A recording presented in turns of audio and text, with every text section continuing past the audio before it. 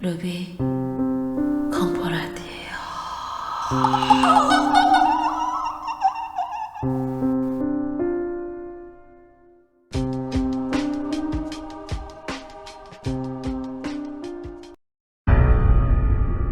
구독자 100명 돌파 기념 영상 공포 특급 음산한 별장.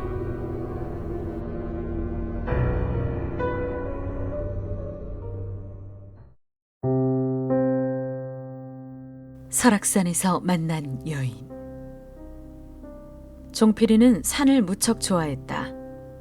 특히 그는 하얀 겨울산에 깊은 매력을 느끼고 있었다. 12월 24일 크리스마스 이브. 사람들이 모두 들떠서 신나게 놀고 있을 때 종필이는 혼자서 설악산으로 향했다. 오후 늦게 설악산에 도착한 종필이는 하룻밤을 산장에서 보냈다. 크리스마스의 아침이 밝자 종필이는 눈 덮인 대청봉을 향해 출발했다. 얼마 되지 않는 등산객이 드문드문 보일 뿐 세상은 온통 은색으로 물들어 있었다. 점심이 가까워질 무렵 종필이는 누군가가 아까부터 자신의 뒤를 쫓아오고 있다는 느낌을 받았다. 뒤를 돌아다 보니 젊은 여인이 혼자서 종필이의 뒤를 따르고 있었다. 그는 이 여인의 아름다운 모습에 반해서 그녀에게 다가갔다. 저 혼자 오셨습니까? 예, 마침 잘 됐군요. 저도 혼자인데 어디까지 가십니까? 저 대청봉이에요. 둘은 금세 친해져서 같이 점심을 해먹고 대청봉을 향해 걸어가고 있었다. 급경사에 이르자 여인이 발을 동동 구르기 시작했다. 오다가 아이젠을 겨울산에서 등산화에 착용하는 톱니 하나 잃어버렸다는 것이다. 종필이는 오던 길을 되돌아가다가 산비탈 아래에 아이젠 하나가 떨어져 있는 것을 발견하고는 그리로 내려갔다. 그 순간 그의 발은 깊숙한 눈 속으로 빨려 들어갔다. 그는 사력을 다해 나뭇가지를 하나 움켜쥐었다. 그때 종필이는 위에서 내려다보는 여인의 무심한 눈빛을 느낄 수 있었다. 가까스로 위기를 넘긴 종필이는 여인과 함께 계속 눈길을 걸었다.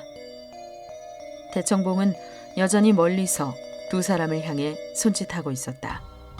날이 점점 어두워지고 추워지자 그녀는 배낭에서 양주 한 병을 꺼냈다. 비상용이에요. 종필씨, 좀 드시겠어요? 몸이 따뜻해질 거예요. 예. 참, 아가씨는 항상 혼자서 산에 다니십니까? 예, 둘은 연거푸 술을 들이켰다. 종필이는 어느새 몸이 더워지고 곧 졸음이 밀려와 스르르 눈을 감았다. 다음 날 뉴스에서는 설악산에서 얼어 죽은 젊은 남자의 시체가 발견됐다는 보도가 있었다. 라디오로 그 보도를 듣고 있던 젊은 등산객 하나가 조금 전에 산을 오르다 만난 여인에게 말했다. 요즘 설악산에서 사고가 참 많이 나죠? 어제는 젊은 남자 하나가 얼어 죽고 며칠 전에는 대청봉길에서 젊은 여자가 발을 헛디뎌서 추락하고. 그런데 아가씨는 어디까지 가십니까? 저 대청봉이에요.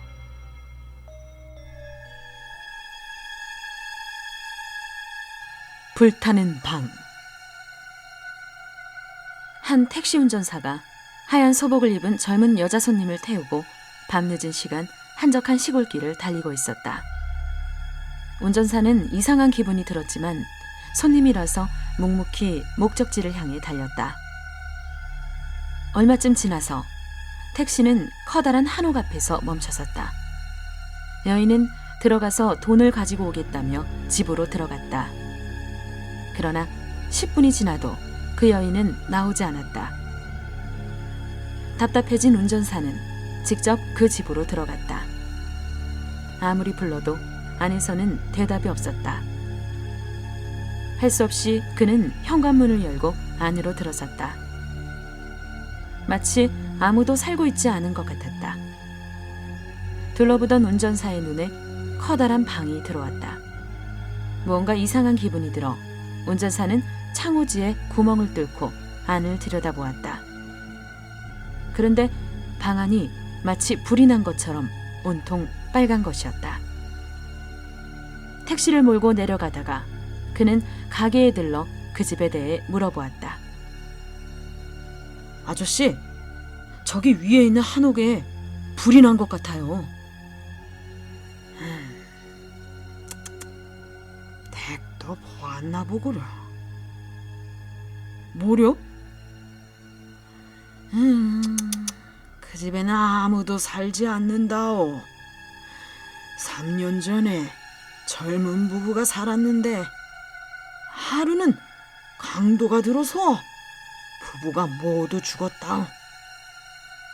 한데 끔찍하게도 부인은 강도의 칼에 두 눈이 찔려 피를 흘리고 죽었다는구려.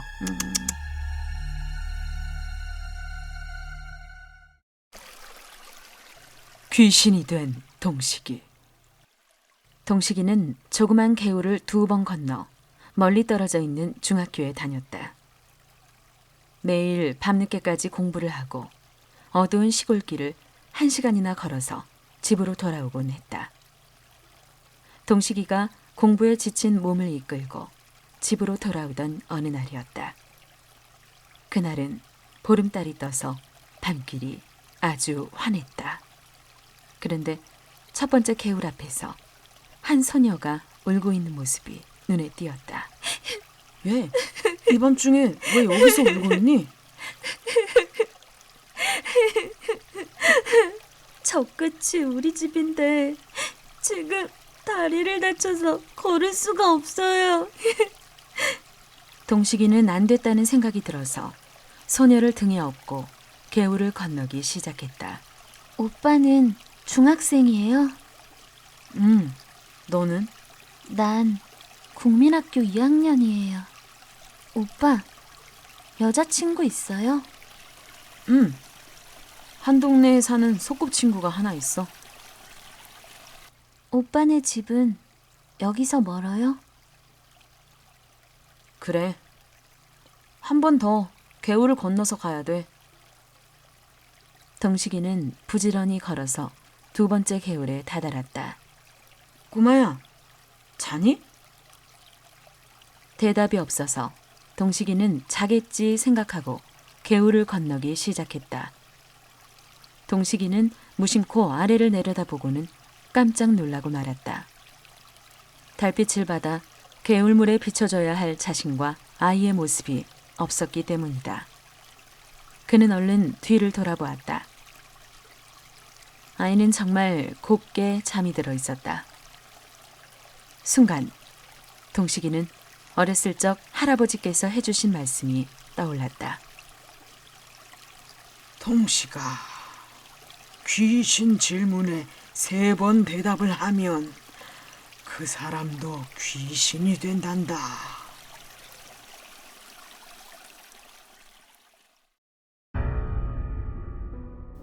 별장의 귀신.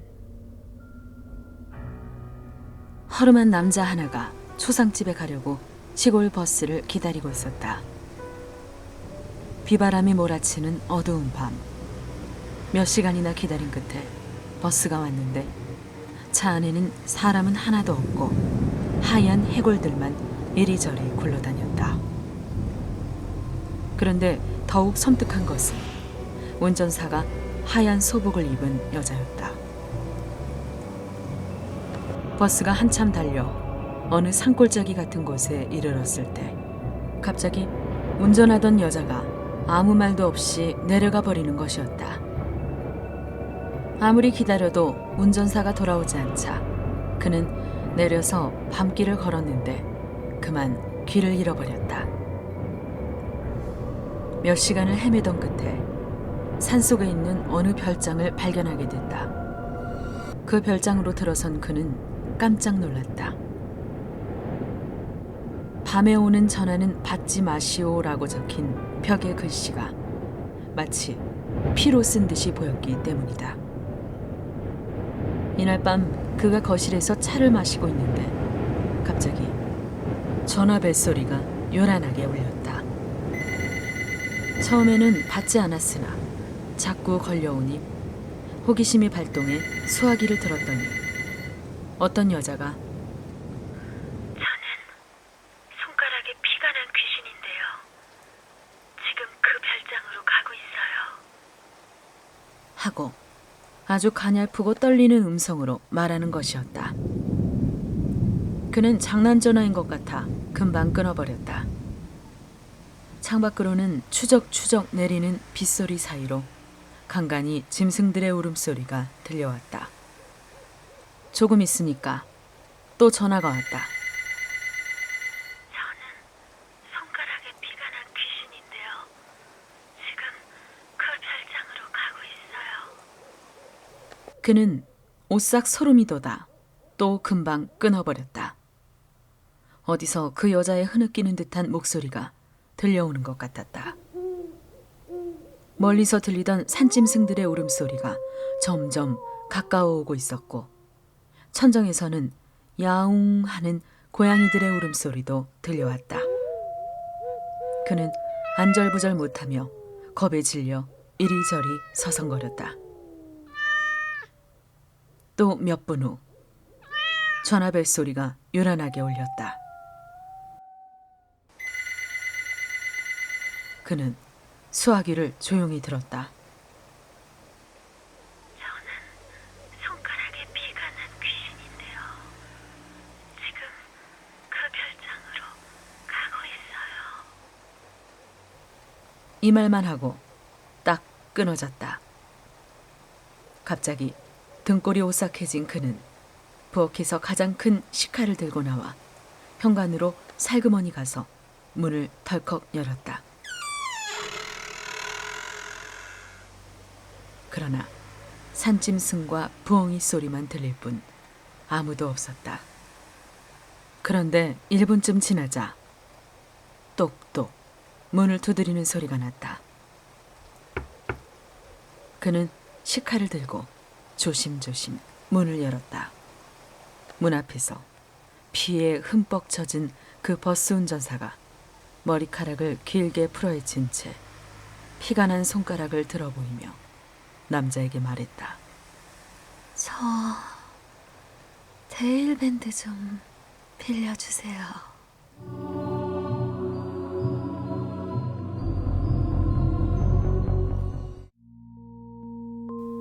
휴게소. 자연 발아한 사람. 1951년 7월 1일 무덥고 긴 일요일 여름밤 77세의 리저 부인은 안락 의자에 몸을 파묻고 담배를 피우고 있었다. 그녀는 무슨 이유에서인지 기분이 언짢았다. 9시쯤 집주인인 펜시 카펜터 부인이 저녁 인사를 하려고 잠깐 얼굴을 내밀었는데 리저 부인은 침대에서 잠을 잘 낌새가 아니었다. 이튿날 아침 카펜터 부인은 연기 냄새 때문에 잠에서 깼다. 물펌프의 과열로 생각하여 차고로 가서 펌프의 전원을 껐다. 8시에는 전보가 왔기 때문에 또 일어났다. 그것은 리저 부인 앞으로 온 전보였다. 영수증에 서명해주고 전보를 들고 리저 부인의 방으로 간 그녀는 깜짝 놀랐다. 문에 손잡이가 뜨거워져 있었다. 큰 소리로 도움을 요청하자 도로 건너편에서 일하던 두 사람이 달려왔다. 한 사람이 손잡이에 천을 감고서 돌렸다. 문이 열리자 뜨거운 공기가 훅 끼쳤다.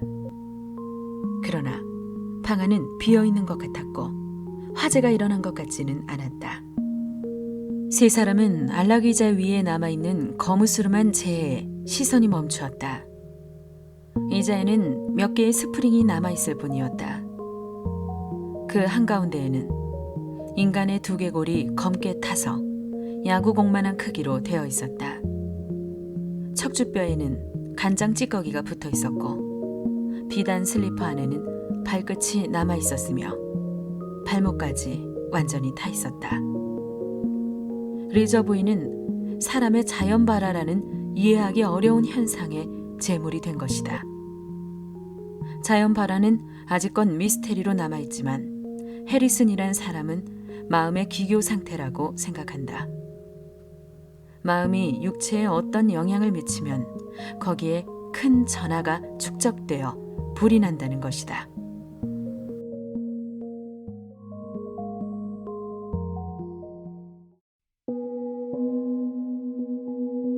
휴게소. 공부하다 신들린 학생 상현이라는 학생이 있었다. 그는 대학에 들어가기 위해 재수를 하고 있었다. 그런데 2년 전부터 정신 이상 증세를 보여 정신병원에 입원해 치료도 받아보았고 이름난 무당을 불러 굿도 해보았지만 아무런 효과가 없었다. 집안이 가난해서 더 이상 치료를 못하고 집에 있다가 그의 어머니가 평소 다니던 절의 스님에게 아들을 부탁하게 되었다. 스님은 경전을 읽어 마음을 안정시키도록 했다. 그러나 상현은 하루 중 제정신인 시간이 겨우 30분 정도였고 무슨 질문을 하면 늘 엉뚱한 소리를 했다. 그러던 어느 날 마을로 물건을 사러 가다가 갑자기 입이 벌어지고 혀가 바깥으로 나오고 눈알도 붉게 충혈되더니 고개를 쳐들고 여기가 어디냐? 라고 물었다. 스님이 놀라서 너는 누구냐? 소리쳐 되물으니 나는 이 집안의 8대 조부다. 하는 것이었다. 야 이놈아, 네가 8대 조부면 나는 10대 조부다. 어서 썩 물러가라. 스님이 다시 호통을 치니 그제서야 아이고, 나보다 더 높으시네요. 저는 물러갑니다. 하더니 제정신을 차렸다. 상현은 방금 일어났던 일을 하나도 기억하지 못하는 듯 평온한 얼굴이었다. 스님이 그 집안의 내력을 알아보니 이상한 점이 몇 가지 있었다.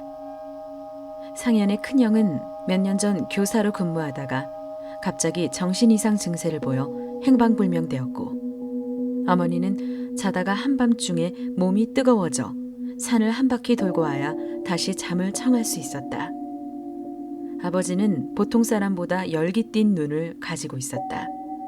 큰형이 그런 후 막내 상현이 이번에 똑같은 증상을 보인 것이다. 어느 날 밤 상현과 스님이 한 방에 누워 자는데 갑자기 누군가가 스님의 목을 조르기 시작했다. 마치 가위에 눌린 듯 숨을 쉴 수 없었는데 불경을 외워도 낫지 않았다. 그러다가 혼미한 정신에서도 최선을 다해 귀신아, 내 말을 들어봐라.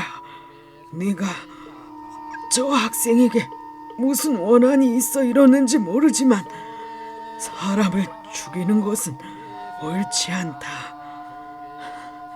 네가 억울한 일이 있으면 대화로서 풀어 해결 방법을 찾아야지. 이러면 되느냐? 하고 타이르니 조금 후에 목이 풀어지는 것을 느낄 수 있었다. 다음 날 오후 상현이가 갑자기 눈물을 흘리며 말했다. 스님, 고맙습니다. 제가 갑니다. 이 애를 바닷물에 빠뜨려 죽이려다 스님 때문에 그냥 갑니다. 이튿날 상현은 계속 울더니 마음이 편안해졌다고 했다. 책을 읽으라고 하니 제대로 읽었고 말도 논리정연하게 잘했다. 상현이는 그날로 병이 나았고 이듬해에는 취직하기 위해 서울로 올라갔다. 옛말에 아버지 쪽으로는 조상줄이 있고 어머니 쪽으로는 산신줄이 있는데 아버지 쪽 조상이 허락하지 않으면 어머니 쪽의 신이 들어오지 못해 집안이 풍지박살 난다는 말이 있다. 이 말이 상현의 집안을 두고 한 것인지는 모르나 아직까지도 왜 상현이 갑자기 귀신이 씌었는지는 알 수 없다. 또 어떻게 나을 수 있었는지도.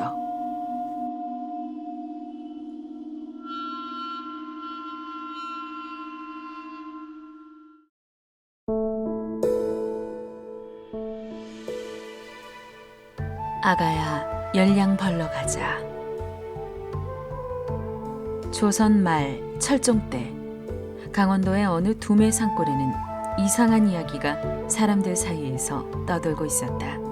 이 마을은 워낙 깊은 산중에 자리 잡고 있어서 장에 가려면 꼭 앞산을 넘어야 했는데 밤에 혼자서 산을 넘어가는 사람은 반드시 죽는다는 것이었다. 산 중턱에 있는 오래된 신당에서 귀신이 나와 사람들을 잡아간다는 소문이 파다했다. 그래서 사람들은 마을 입구에 있는 주막에서 밤을 보내고 날이 밝으면 산을 넘었다. 어쩌다 밤에 산을 넘어야 하는 사람은 주막에서 일행이 될 사람들을 기다린 다음 꼭 여러 명이 짝을 지어 산을 넘곤 했다. 날이 어두워지고 비가 내리자 주막은 사람들로 북적댔다. 친구로 보이는 두 사내가 마루에 걸터 앉아 실랑이를 벌이고 있었다. 이봐, 소를 팔았으니 술 한 잔 사야지. 이보게, 소 팔고 술 사면 남는 게 뭐 있나?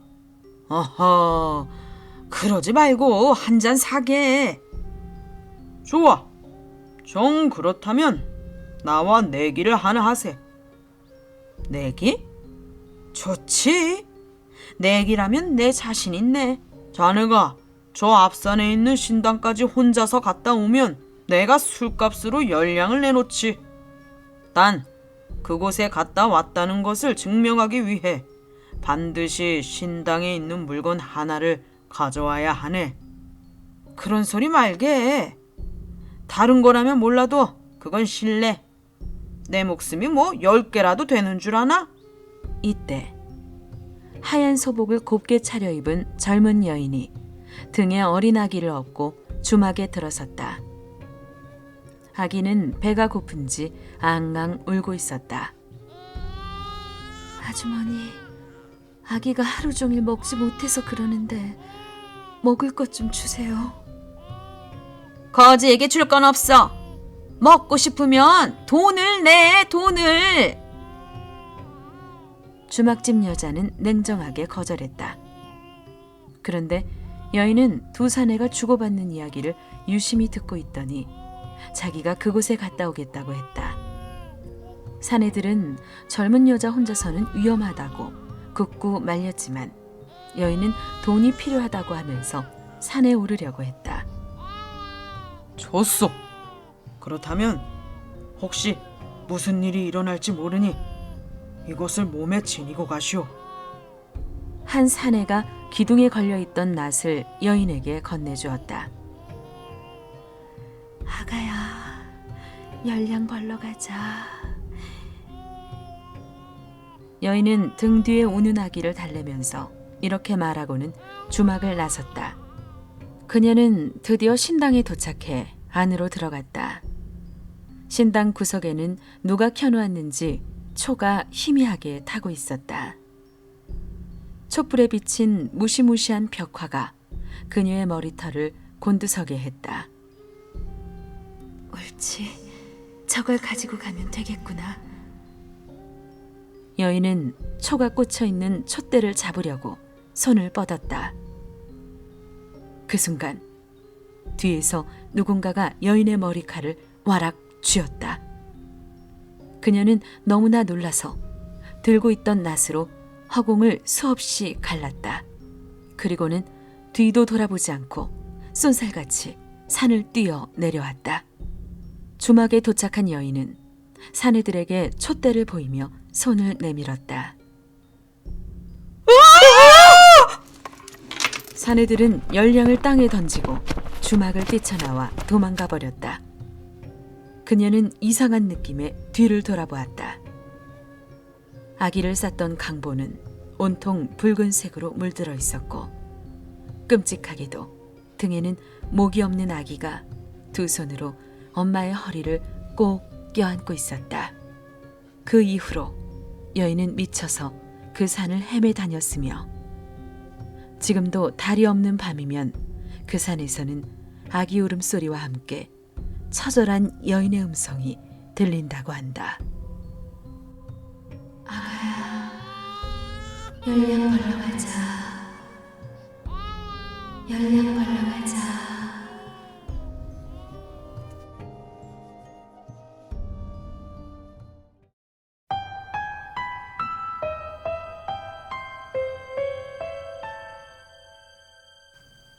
고향길. H건설의 신입사원 서원식은 퇴근 후 부랴부랴 고향으로 출발했다. 그날은 아버님의 제삿날이었던 것이다. 서울에서 3시간 정도 걸리는 고향 마을 어귀에 도착했을 때는 깜깜한 밤이었다. 원식의 집이 있는 마을은 차에서 내려 강동 옆으로 난 길을 따라 한참 걸어야만 했다. 인적 없는 시골 밤길을 서둘러 가고 있을 때였다. 여보세요? 여보세요? 뒤에서 가냘프면서도 애절한 여인의 목소리가 들려왔다. 돌아보니 웬 처녀가 밤바람에 머리카락을 날리며 서 있었다. 처녀는 하얗게 질린 얼굴로 간곡히 부탁했다. 어머니가 갑자기 심하게 아파서 병원으로 옮겨야 되겠는데 도와달라는 것이었다. 거절할 도리가 없어서 원식은 처녀를 따라 나섰다. 처녀를 따라 한참을 걷고 또 걸었다. 문득 너무 추워서 원식이 정신을 차려보니 자신의 턱까지 검은 강물이 차 있는 것이었다. 그곳은 몇 해 전 인근 읍의 처녀가 익사한 곳으로 그 뒤 해마다 사람이 빠져 죽는 곳이었다.